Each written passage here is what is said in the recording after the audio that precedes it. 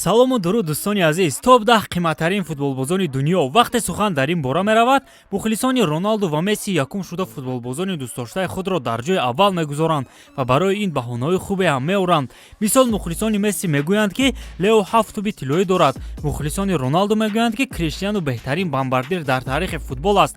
хулас чунин баҳонаҳо бисёранд ва дар ҳақиқат баъзан вақт савол ба миён меояд: оё ҳамин бозингарон бо чунин натиҷаҳои кайҳонияшон дар ҳақиқат арзандаи қиматтарин футболбоз шудан нестанд?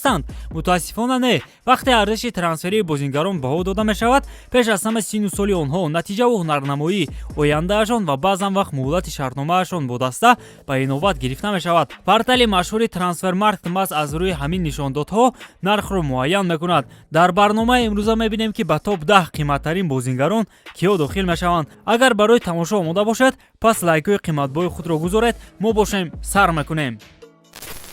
дӯстон, рақобатҳо дар топ 5 чемпионатҳои аврупоӣ як муддат ба истироҳат рафтанд, вале пагоҳ моро рақобати даври 16-ниҳои ҷоми Испания интизор аст ки дар он Барселона зидди Линарес рақобат мекунад. Каталониё бинобар сабаби ба коронавирус гирифтор шудани як қатор бозингаронашон дучори мушкилиҳои зиёд ҳастанд. аммо мебинем кани хави аз уҳдаи иҷрои ин имтиҳон чӣ гуна мебарояд. тамошои ин ва дигар рақобатҳоро ҳамроҳ бо як икс метавонед ҷолибтар кунед. регистратсия осон, пур кардани маблағ аз тамоми гӯшаву канори дунё ва коэффициентҳои баланд, вале муҳимтар аз ҳама бонус то $100 дар аввалин пардохт бо промокоди тачфут. маълумотои зарура дар комментария. имкониятро аз даст надиҳед. даҳум, Фил Фоден, нимҳимоятгари Манчестер Сити ва мунтахаби Англия ҳамагӣ 21 сол дорад, аммо бо ҳунарнамоияш аз он дарак медиҳад ки эҳтимол дар оянда яке аз беҳтаринҳо дар мавқеи худ мегардад. ҳарчанд ки ӯ нимҳимоятгар аст, аммо дар ин мавсим дар 20 бозӣ иштирок карда 7 гол задааст. ӯро 85 миллион евро баҳо медиҳанд. нуҳум, Неймар.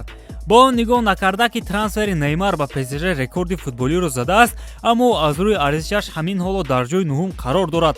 ҳамлагари бразилӣ дар ҳақиқат футболбози беҳамто аст, рости агар ба кори худ ҷиддӣ муносибат кунад, вале касби дӯстдоштаи ӯ бозиҳои компютерӣ, шабнишиниҳо ва духтарбозӣ аст. дар ин мавсим ӯ дар 14 бозӣ иштирок карда ҳамагӣ 3 гол задааст. арзиши трансфериаш 90 миллион евро.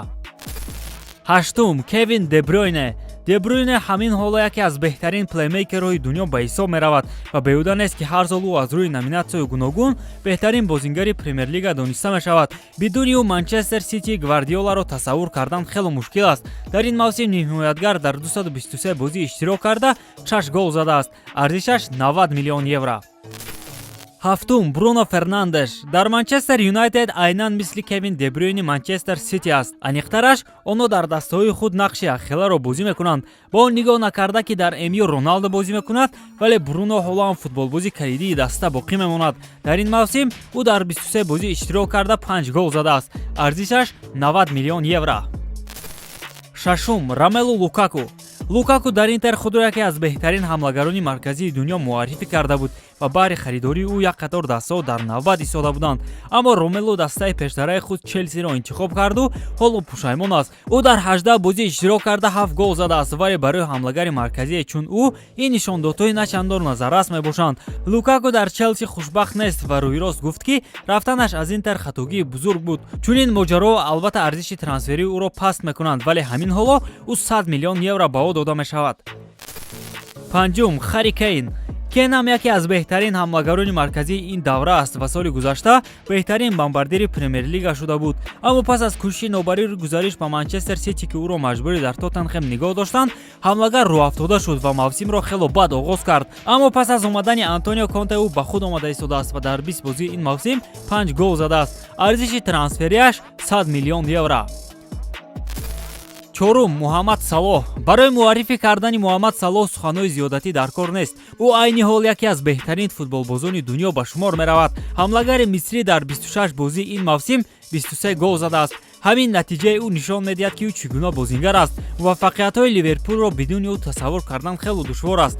Салоҳ низ 100 миллион евро баҳо дода мешавад.